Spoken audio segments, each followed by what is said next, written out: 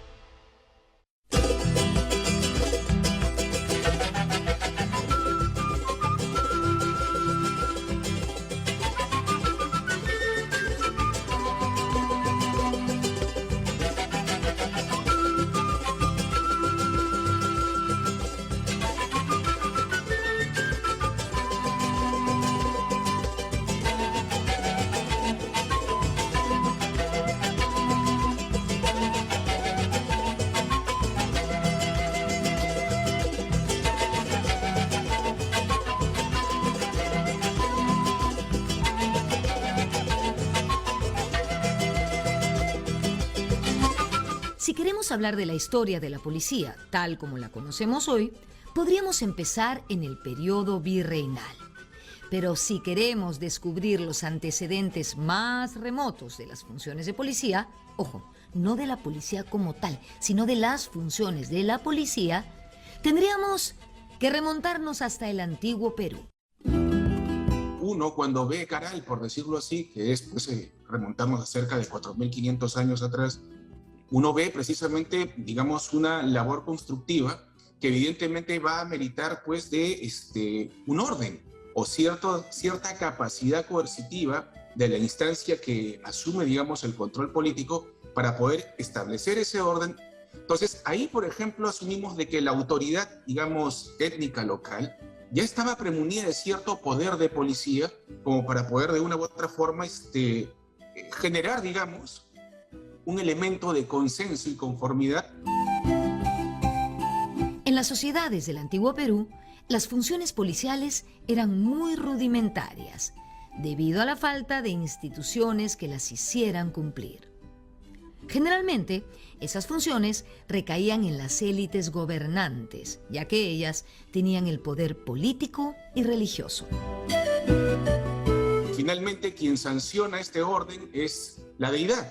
Y la deidad, por lo general, pues termina siendo encarnada por el señor étnico o por el sacerdote, en todo caso, que es el que legitima dicho orden y al cual todo el mundo acata. Entonces, esa función, por decirlo así, de controlar, de vigilar, de dirimir los conflictos, prácticamente se va matizando un poco con el ejercicio político-religioso de las primeras civilizaciones que van surgiendo en el Perú. Y desde Caral en es una especie de constante que vamos a poder ir advirtiendo.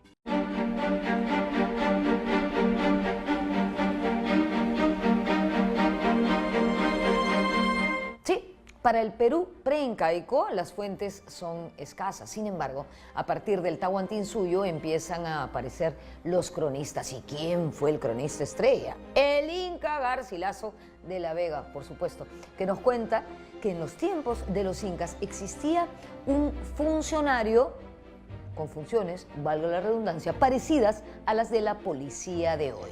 Su nombre, tucuy-ricuy, que en quechua quiere decir el que todo lo ve. Garcilaso enfatiza mucho la figura del tucuy-ricuy, o sea, ese funcionario que todo lo ve, ese, digamos, funcionario hipervigilante, que también tiene potestad, digamos, de investigar como de castigar. Su objetivo grande, por decirlo así, es precisamente que la maquinaria estatal incaica pues siga funcionando, ¿no? Y eliminar un poco también cualquier fuente de disidencia, no necesariamente política, sino a nivel de la convivencia propiamente dicha. Y si Garcilaso nos habla de los Tucuy Ricuy, el cronista indígena Felipe Guamán Poma de Ayala nos habla de una especie de alguaciles.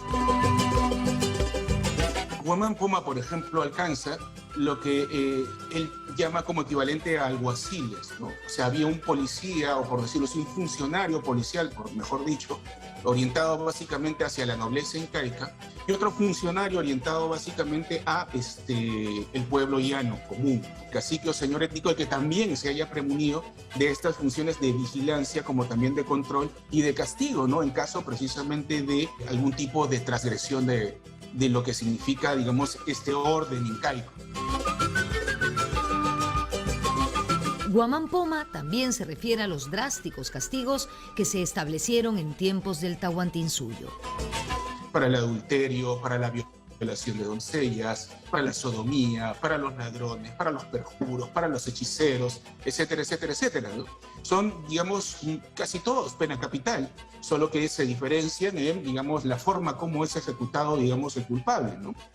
En su crónica ilustrada, Guamán Poma grafica lo que fueron las cárceles para los incas. También se habla, por decirlo así, ¿no?, de un esbozo de lo que podríamos llamar un sistema penitenciario, con los sanjuy, que son básicamente, digamos, lugares en donde son recluidos pues, las personas que son condenadas y prácticamente sometidas a una especie de ordalía. Podemos nosotros recordar pues, una estampa muy llamativa, ¿no?, de la crónica gráfica de Guamán Poma, donde precisamente hay un reo rodeado de una serie de animales dentro de lo que podríamos llamar uno de estos sanjuy, y en donde lo que se esperaba es que la inocencia del reo le permitiría a librarse precisamente de todas estas alimañas y salir pues airoso de ello y con ello probada su inocencia.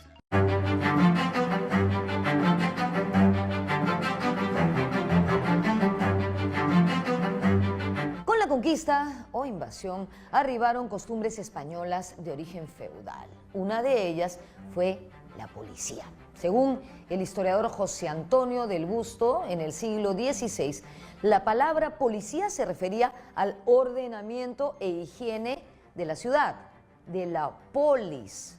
Polis igual ciudad. De polis viene el término policía. El concepto policía es un concepto importante, ¿no?, del imaginario, digamos, español desde las épocas de la conquista, ¿no? ¿Y a qué se refería el concepto policía, ¿no? Se vivía a que la sociedad debía vivir en un buen gobierno, ¿no? En un orden que debía respetar, ¿no?, los valores hispanos y también vinculados, ¿no?, a fuertes ideales católicos. Entonces vivir en policía significaba respetar todo un orden que debía también referirse a lo que era y que afectaba gran parte de las dimensiones de la vida social, ¿no? Afectaba lo que era el ornato de la ciudad, ¿no? Afectaba lo que era el abastecimiento de alimentos de la ciudad, ¿no? Y también la seguridad pública, ¿no? Y el ente que debía encargarse de esta policía, de vigilar la policía, era el cabildo, ¿no?, lo que hoy en día sería la municipalidad. Esa era su principal atribución del cabildo, ¿no?, encargarse de que la policía se mantuviera un buen funcionamiento. La policía, conceptuada en el siglo XVI, era básicamente tener un orden y sobre todo un cuidado con relación a una unidad de gestión, que es la ciudad. Entonces, tener orden y policía en el siglo XVI implicaba que una ciudad esté limpia, ordenada y segura. En esos tiempos se hablaba de alta policía, encargada del orden, y de baja policía, encargada de la limpieza de la ciudad. Cuando ya se conquista América, ya existía una tradición todavía no organizada de lo que era el entendimiento de baja y alta policía. Eso se lleva a manuales en el siglo XVI y se pone en práctica casi ni bien se funda la ciudad de Lima, con medidas de buen gobierno, que son bandos, donde se mezclan los dos aspectos que hoy en día están separados, que es el aspecto de la baja y alta policía. Todo era una sola policía. El cabildo era la institución encargada de gobernar la ciudad y por lo tanto también era responsable de las funciones de la policía. el Cabildo era una institución totalmente diferente a lo que se puede imaginar hoy en día. El puesto era heredado por generaciones de regidor y solamente podía ser la clase alta, la dirigente del Cabildo. Entonces, paradójicamente, créanlo o no, sí había una preocupación por la ciudad, porque ellos eran vecinos de la ciudad y no existían las divisiones sociales que existen hoy en día de vecindarios de clase alta, vecindarios de clase baja, vecindarios populares. No, ahí vivía un aristócrata al costado de un callejón y en la misma calle inclusive. Surge la figura del cabildo, ¿ya? En donde evidentemente su autoridad es el alcalde elegido por los vecinos, ¿ya? Que tiene la competencia y función policial de rondar la ciudad. A inicios del virreinato, la población era muy escasa y por lo tanto no se requería de una fuerza policial mayor. En gran parte del periodo colonial, en el periodo Habsburgo sobre todo, había la concepción de que era la propia sociedad la que se debía encargar de mantener su seguridad. La sociedad debía ser organizada por los cabildos, ¿no? Pero era la propia sociedad la que se autorregulaba, digamos, ¿no? No había un concepto o un imaginario que defendiera la idea de que debía existir una policía organizada, ¿no? Por la corona, ¿no? Por las autoridades principales. El cabildo se encargaba, digamos, de dirigir, ¿no? Pero en la práctica era la sociedad.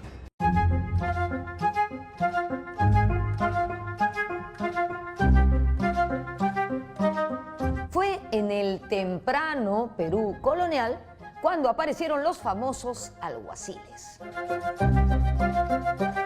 El alguacil mayor y los alguaciles menores o ayudantes, que son los que ayudan, digamos, al alcalde a hacer la ronda de la ciudad. Y aparece, por decirlo así, digamos, el primer símbolo de lo que significa este ejercicio funcional, que es pues la vara del alcalde, la vara de la ley, de la cual también estaban provistas los alguaciles.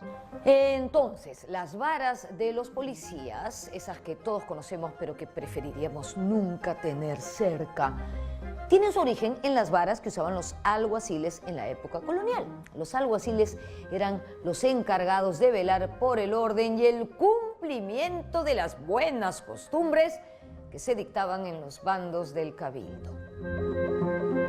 El alguacil mayor era un personaje muy temido y respetado.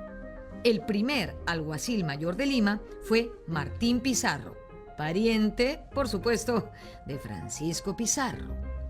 Los alguaciles rondaban de noche las ciudades, apresaban a los delincuentes y hasta podían ejecutarlos si fuera necesario. Toda ciudad colonial disponía de una picota donde se exhibían a los ajusticiados. En estos tiempos estaba extendida la idea de infringir castigos públicos que sirviesen de advertencia a quienes no cumplían la ley. Entonces, si los encargados de velar por el orden y la seguridad en las ciudades eran los alguaciles, en el campo quienes se encargaban de estas funciones eran los alcaldes de la Santa Hermandad. Vale decir que en esos tiempos el campo era mucho más peligroso que la ciudad. ¿Por qué? Porque en el campo habían caminos y en los caminos bandoleros, muchos de ellos esclavos que se habían fugado, a los que se llamaba cimarrones. Los cimarrones se establecían a los lados de los caminos en lugares que luego se llamaron palenques. La Santa Hermandad es una institución que viene de tiempos de los reyes católicos, una especie de fuerza policial militar, ¿no? Con la cual, digamos, se va afianzando el poder de la monarquía española por encima precisamente de los fueros e intereses de los grandes de España o la clase de nobles españoles, ¿ya? Y que prácticamente también es instalada acá precisamente para hacerse cargo de imponer el orden y dar de seguridad a los viajantes, a los caminos, y también evitar pues que se generen abusos contra la población indígena. Además de los alguaciles en la ciudad y los alcaldes de la Santa Hermandad en el campo, hubo otro personaje de muy mala fama que asumió las funciones de la policía y fue el corregidor. Y los corregidores también tienen esa potestad, ¿no? De precisamente en su jurisdicción asumir funciones judiciales como policiales. y garantizar pues el orden dentro de su circunscripción. Entonces, es así más o menos como va armándose, digamos, el panorama policial, ¿no?, de la naciente gobernación peruana.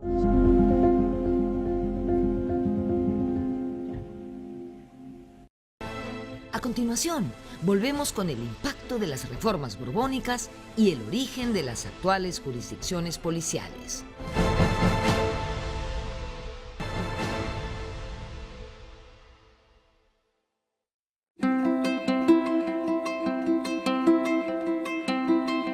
El virrey, como jefe del aparato administrativo, y la Real Audiencia, el más alto tribunal judicial del virreinato, también tuvieron atribuciones policiales. Las fuerzas del virrey intervenían en los palenques y en los levantamientos de soldados. Estos movimientos pues tienen que ser asumidos por el virrey o el gobernador, y para eso entonces se utiliza bastante lo que, bueno, después se denominó pues la Guardia de Alabarderos del Virrey, que incluyó más adelante también una compañía de arcabuceros, ¿ya? Con lo cual básicamente se complementa un poco el aparato represivo policial con el cual se contaba. Y en el caso de la audiencia, lo que decíamos eran prácticamente los alcaldes del crimen, ¿no?, que eran también un elemento a tener en cuenta dentro de lo que significa la represión del delito. La Inquisición se estableció en el Perú en 1570 y, como saben, entre otras cosas, sus funciones eran perseguir y castigar a los herejes y censurar libros que atentaban contra la fe católica. Podemos decir entonces que la Inquisición era una especie de policía de la moral y de las buenas costumbres cristianas de la época. Desarrollan un sistema policial moral, ¿no?, mediante los familiares de la Santa Inquisición, que se convierte en una especie pues de servicio de información que más o menos le permite a la autoridad inquisitorial saber quién está desviando en su comportamiento, como por ejemplo cometiendo adulterio o teniendo pues otros, como dirían las crónicas, ¿no?, nefandos pecados, ¿no?, de sodomía, etcétera, etcétera, etcétera, ¿no?, que es más o menos la agenda moral de dicha época. Entonces, podríamos nosotros también decir que hay también cierto matiz policial en el ejercicio de la función inquisitorial que viene también con esta institución.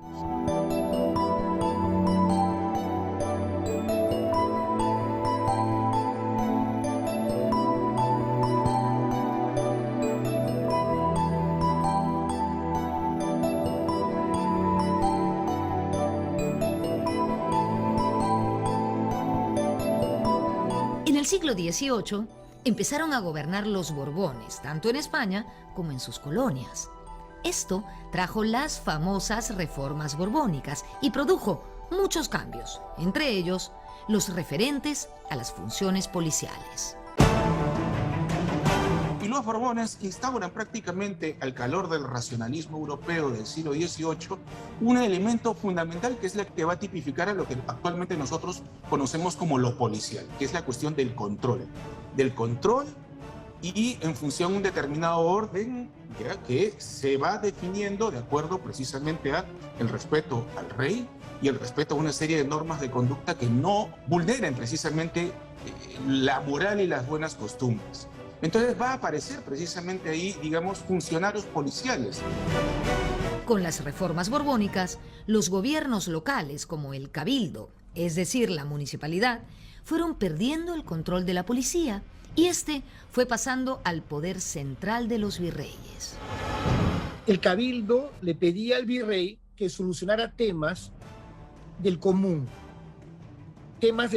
que viene a ser temas como de la delincuencia, y a raíz de esto va a surgir el primer bando de policía del 2 de enero de 1762, y justamente el virrey lo da en un periodo donde hay una vacancia entre el gobierno saliente y el gobierno entrante del cabildo. Eso es muy importante. Eso demuestra la capacidad y el poder del virrey para dar normas, para reglamentar la ciudad por encima del cabildo. En 1768, el virrey Manuel Amat y Junyent, más conocido por todos por ser el amante de la perricholi, emitió un decreto mediante el cual dividía la ciudad en barrios o cuarteles. Nombró un alcalde o comisario para ser responsable de cada uno de estos barrios. Esta práctica recién al final se llevó a cabo en 1785, pero ¿por qué es importante? Porque allí está el origen de las jurisdicciones policiales y también el origen de los comisarios.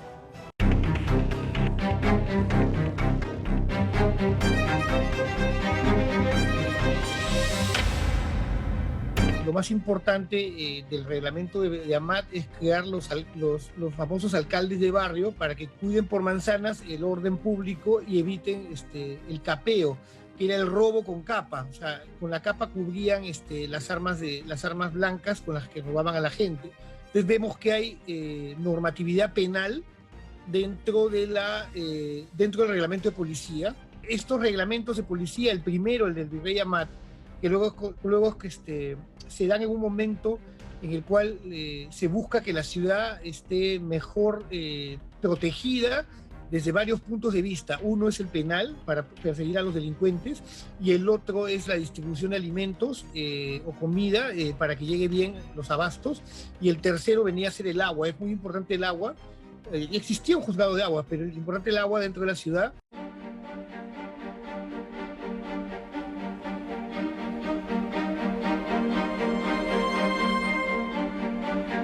En 1785, las reformas en materia policial continuaron.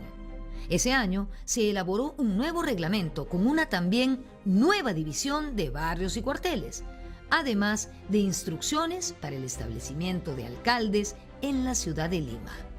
El reglamento de Escobedo, que es un visitador que reemplaza al visitador Areche, muy conocido por todos por el Túpac Amaru. Escobedo va a normar muchos aspectos de Lima y divide la ciudad en barrios con numeraciones, y se justifica esta división y este nuevo reglamento de policía para darle fuerza al anterior reglamento del año 1762.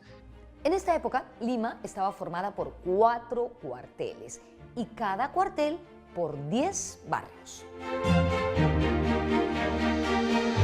Se decidió desplegar, ¿no?, en toda la ciudad capital, la ciudad amurallada de Lima, 40 alcaldes, 40 pequeñas autoridades para cada barrio, ¿no? 40 barrios.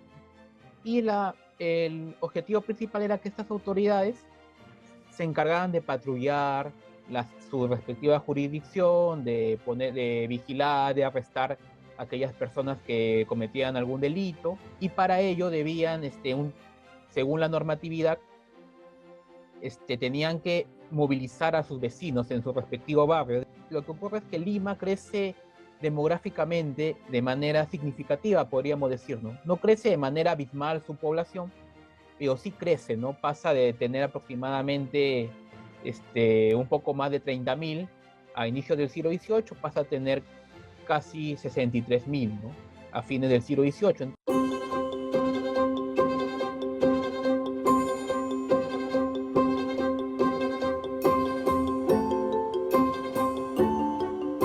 Uno de los cuarteles, digamos, es lo que hoy en día es Barrios Altos, lo que hoy en día se conoce, que en esa época era el Santiago, era el cercado, ¿no?, que se había creado, ¿no?, con la intención de que la población indígena de la ciudad viviera ahí, ¿no?, pero ya con el desarrollo urbano ya era una población, digamos, variada, ¿no?, pero ese era un cuartel, ¿no?, lo que hoy en día es Barrios Altos.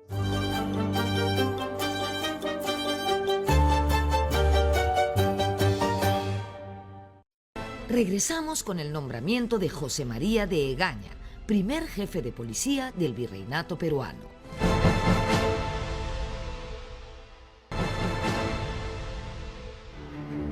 En 1786 se nombró al primer jefe de policía del virreinato peruano. Su nombre, José María de Egaña. Era un ex corregidor, ¿no?, y también había sido alcalde de barrio, era, digamos, un notable, ¿no?, de la ciudad, y se le da una suerte de que sea un supervisor general de los alcaldes de barrio. No solamente se centra en lo que significa la cuestión de la seguridad, sino sobre todo del control. ¿Control de quién? Bueno, en los valores y percepción de la época era la plebe, que no es racional, que solamente, digamos, obedece a sus instintos. De allí que entonces el ojo de las autoridades policiales del siglo XVIII va precisamente en relación a controlar a la población. Entonces, ¿qué es lo que básicamente se tiene en la agenda policial, digamos, de las autoridades borbónicas? Las multitudes. Ni volar cometa, ni las corridas de toro, ni las peleas de gallo. O sea, son objeto de control, de vigilancia. Las chinganas o tabernas, ¿no? O sea, cualquier lugar donde la plebe pueda reunirse y pueda dar rienda suelta a, digamos, sus instintos y bajezas, como lo podrían llamar ellos, ¿no? En 1796, el virrey Ambrosio O'Higgins emitió un reglamento donde implementaba la figura de un jefe de manzana.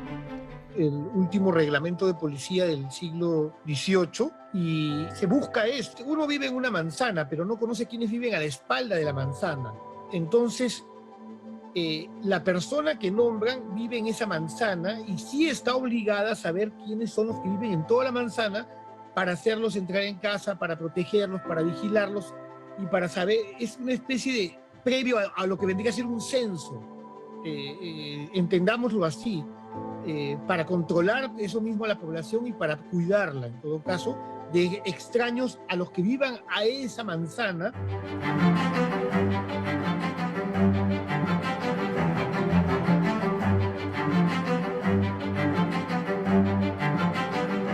En 1803, durante el gobierno del virrey Marqués de Avilés, se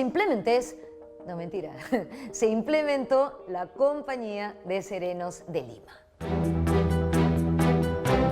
A inicios del siglo XIX ya las autoridades, ¿no?, del virreinato se dan cuenta que el mecanismo de los alcaldes de barrio, las patrullas de vecinos, no habían dado los resultados esperados, ¿no?, y que la delincuencia en la ciudad seguía aumentando, ¿no?, y que era una ciudad muy peligrosa, ¿no? Entonces, ¿cuál fue la solución? La solución fue replicar algo que ya existía en Madrid, ¿no?, que era la Compañía de Serenos, de este cuerpo semejante al que ya existía en Madrid, ¿no?, la Compañía de Serenos.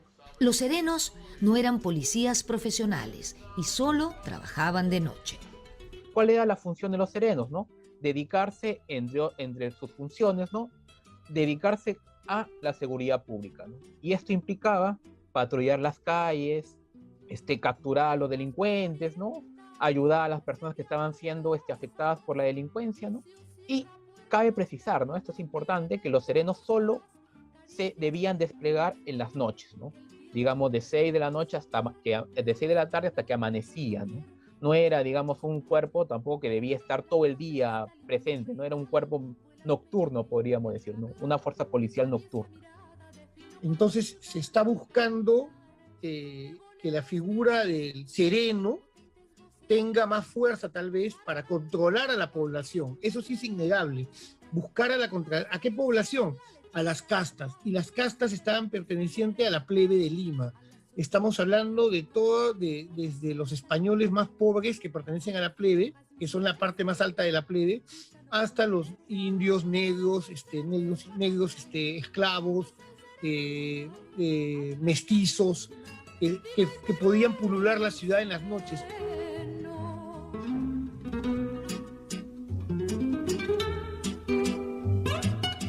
Hay un ordenamiento muy estricto después de esto respecto de los toques de queda y los cierres porque la ciudad se guardaba, o sea, la ciudad se guardaba en el sentido que todos tenían que pernoctar y hasta las 5 de la mañana no poder salir de sus casas. Entonces, hay una normatividad muy expresa y por eso el sereno daba la hora también, y eso ha quedado en las tradiciones de Palma, en algunos ha quedado muy marcado.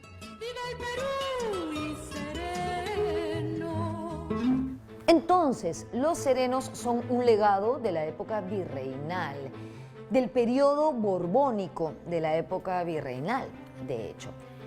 En el siglo XX, el alcalde de San Isidro, Carlos Neuhaus, rescató esta idea y creó un cuerpo de serenazgo distrital.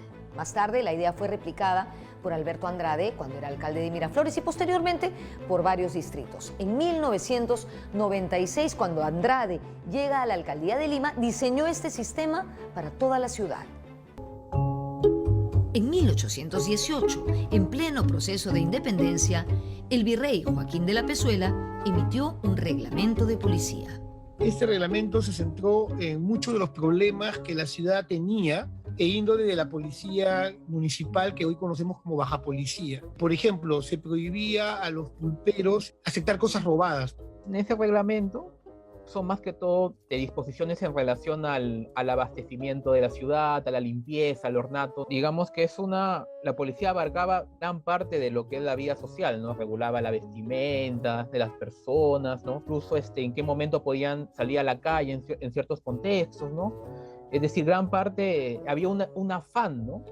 De mantener un orden social, ¿no? Claro que entre el ideal y la práctica había obviamente un abismo, ¿no? Era complicado que esos ideales se respetaran en la vida cotidiana, ¿no? Eso hay que tenerlo en cuenta. Entonces, en el siglo XIX, la policía podía intervenirte de acuerdo a la ropa que llevabas puesta. Evidentemente, hoy eso sería un atentado contra la libertad individual. Cada uno se viste como quiere, ¿no? Como dice Bad Bunny, yo visto así, no voy a cambiar. Si no te gusta, no tienes que mirar. Evidentemente, en esos tiempos el ejercicio de las libertades se manejaba de una forma totalmente distinta a hoy.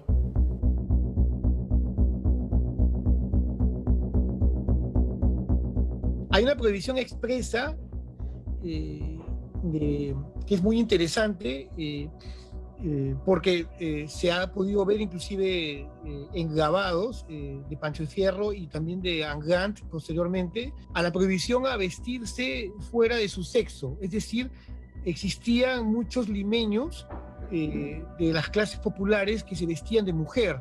Hoy en día eso está considerado como travestismo. En ese momento la palabra coloquial era los maricones, pero en el lenguaje del bando buen gobierno no emplean el término maricón, sino emplean que cada persona de su sexo vista de acuerdo a su sexo y que las mujeres monten a caballo de acuerdo a su sexo. También había mujeres que montaban a caballo de acuerdo como el hombre. Entonces, ahí vemos el ejemplo de hasta dónde llegaba el reglamento de policía, ¿verdad? Determinar la forma de vestimenta de la persona que vivía en la ciudad de Lima. Y por si eso fuera poco, durante el protectorado de San Martín, su ministro Bernardo de Monteagudo implementó una suerte de policía secreta. Durante el periodo de protectorado, ¿no? Había la clara conciencia de que Monteagudo había ideado una suerte de policía secreta, es decir, una suerte de fuerza policial política, ¿no? Una policía política que estaba compuesta por espías que se encargaban de vigilar, ¿no? Las opiniones de la población de la ciudad, ¿no? Y este es un argumento que es usado para luego legitimar la caída de Monteagudo y su derrocamiento. En la última parte del proceso de independencia, San Martín y Bolívar se fijaron en modelos europeos para establecer instituciones con funciones policiales. Ambos personajes implementaron tanto la Guardia Cívica como la Milicia Cívica, es decir, población movilizada en el orden interno para la defensa de la nueva república. Con la independencia se empieza a plantear, ¿no? Que debe haber una policía ya encargada de la seguridad pública, ¿no? Ese es un ideal, ¿no? Que nace con la independencia. Se debe a que el bandolerismo, ¿no? El bandolerismo, recordemos, el bandolero es aquel, digamos, persona que está fuera de la ley y que actúa sobre todo afuera de las ciudades. El bandolerismo cambia en la época de la independencia debido a la guerra, ¿no? Es decir, la guerra genera, ¿no? Que se entregue armamento a estos bandoleros y esto potencia su peligrosidad, ¿no? Ya que anteriormente no habían tenido un armamento de guerra, no habían tenido armamento que ellos mismos habían elaborado, que era un armamento muy precario, ¿no? Y este cambio genera que se potencie la peligrosidad de los bandoleros, ¿no? Y eso es algo que se mantiene durante todo el siglo XIX, ¿no? El fenómeno del bandolerismo también se potenció durante las guerras civiles entre caudillos a inicios de la etapa republicana. Las guerras civiles muchas veces reclutaban precisamente a estos bandoleros para que militen por tal o cual bando y servirle precisamente de avanzada o de fuerza de hostigamiento y que, bueno, pues usufructuaba, o sea, es como que por las circunstancias como que se les permitía, digamos, su existencia, por decirlo así. Al regresar, lo último del programa.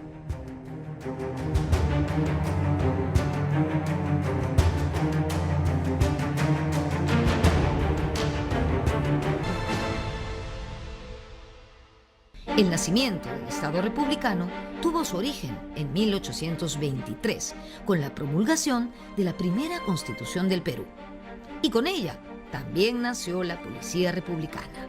La policía como institución, digamos, abocada a funciones de control, vigilancia y prevención, ¿ya? Prácticamente tiene su fecha de nacimiento, la republicana me refiero, y, el Perú, y dentro de lo que es el Perú independiente, a la Constitución de 1823, en donde constitucionalmente aparece la Guardia de Policía junto con la milicia cívica y con el ejército como las instituciones prácticamente que conforman las fuerzas de tierra y que de una u otra forma están, digamos, ya diferenciadas, por decirlo así, en sus funciones para construir, pues, digamos, la República.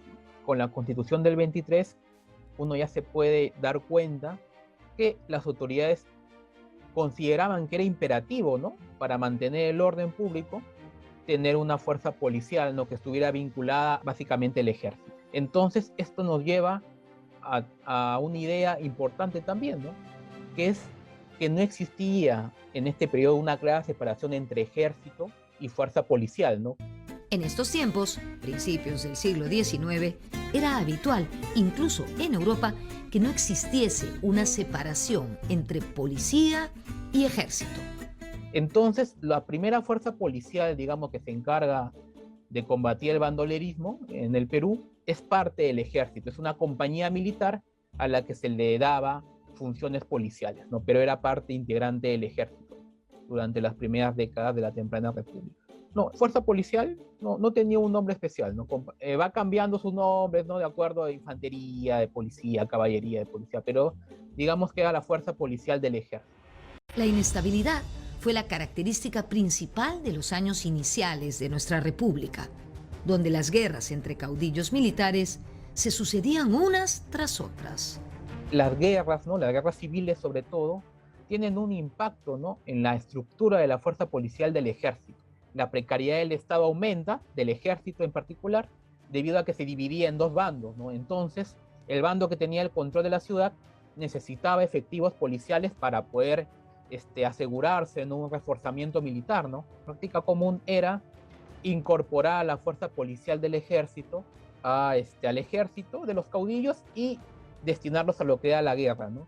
Y esto podía tener efectos dramáticos para la seguridad pública en la ciudad, ¿no?, como ocurrió a fines de 1835, cuando la fuerza policial es retirada, ¿no?, junto con el ejército del caudillo Felipe Santiago Salaverry, y en un contexto en el que la ciudad está desguarnecida, aprovechan, ¿no?, la banda de montoneros del famoso bandolero León Escobar para entrar a la ciudad y saquearla brevemente, ¿no?, a fines de 1835.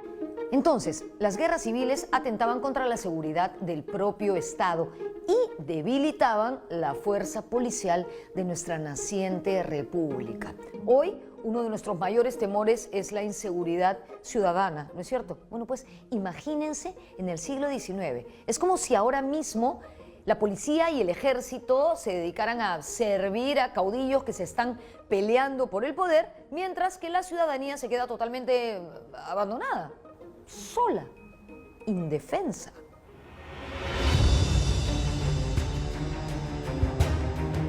En este periodo es interesante notar que la diferencia entre bandolero y montonero no es clara, no tienden a hacer lo mismo, ¿no? Es decir, los bandoleros en épocas de guerra se podían convertir en montoneros, es decir, una suerte de guerrilleros de este periodo que se vinculaban con los caudillos para colaborar con ellos a cambio de prebenda. Pero a pesar de esto no perdían su afán por el pillaje, por el saqueo, ¿no?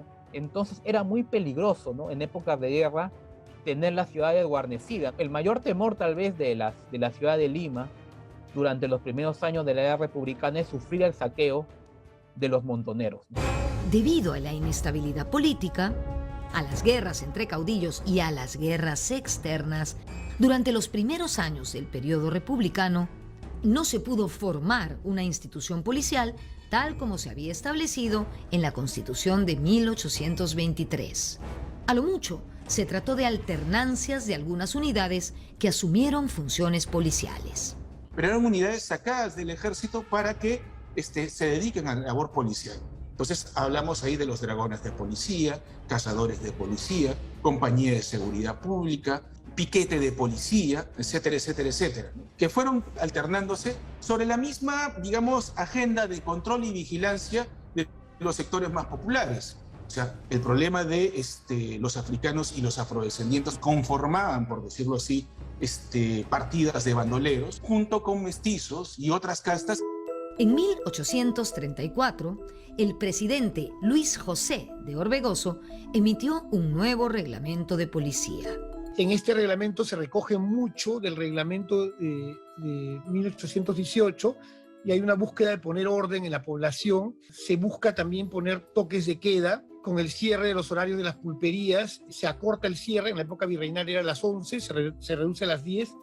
Y en 1839, el presidente Agustín Gamarra decretó otro importante reglamento de policía. Importante, porque tuvo su inspiración en uno dado anteriormente por Andrés de Santa Cruz, en época de la Confederación Perú-Boliviana. El reglamento del 39 es una suerte de hito debido a que Gamarra organiza, ¿no?, lo que es la policía urbana, ¿no? ¿Y qué era la policía urbana, no? Eran los serenos, ¿no?, los antiguos serenos, ¿no?, que se habían mantenido, ¿no?, durante la época de la independencia y en las primeras décadas, ¿no?, de inestabilidad política. Entonces, mientras la fuerza policial del ejército se dedicaba a combatir el bandolerismo, ¿no?, era una fuerza, digamos, principalmente usada afuera de la ciudad, la compañía de serenos se mantenía como la fuerza policial urbana, ¿no?, de la ciudad. Y Gamarra lo que hace en este reglamento es darle un ordenamiento, reglamentarlo, ¿no?, establecer su jerarquía, ¿no?, establecer sus funciones, darle un nuevo aire a la compañía de serenos. Y es a partir de este reglamento en donde se nota que vuelve a ser muy importante para la vida urbana. A estas alturas de transcurrida la República, se mantenía esa idea que venía desde la época colonial: mantener un férreo control sobre algunas costumbres. Después del reglamento de Gamarra hay un especial afán de los serenos, ¿no?, por regular, ¿no?, y reprimir lo que es el juego, ¿no?, los juegos de azar. Entonces hay toda una ofensiva de los serenos por regular lo que es el juego de azar y castigar y arrestar y multar a toda aquella persona que era encontrada jugando nuestros juegos que eran opuestos, ¿no?, de acuerdo al imaginario de la época, eran opuestos a los valores republicanos y cívicos, ¿no? Es importante tener esto en cuenta, ¿no?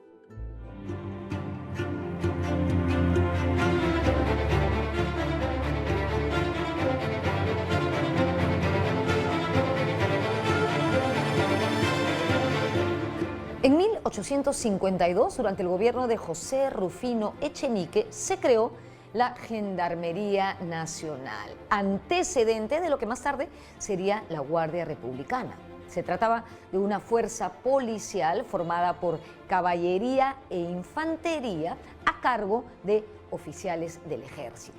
Su principal función era cuidar los caminos del norte y también los caminos entre Lima y la sierra. Tendríamos que esperar a la segunda mitad del siglo XIX para ya poder hablar de instituciones policiales, siendo la primera de ellas, pues, la Gendarmería. Europa es el referente para ver realmente cómo se puede innovar o qué elementos se puede agregar al aparato gubernamental. Todos esos elementos que ya básicamente se iban practicando en Francia o en España o en Alemania o en Inglaterra son pues objeto pues de referencia.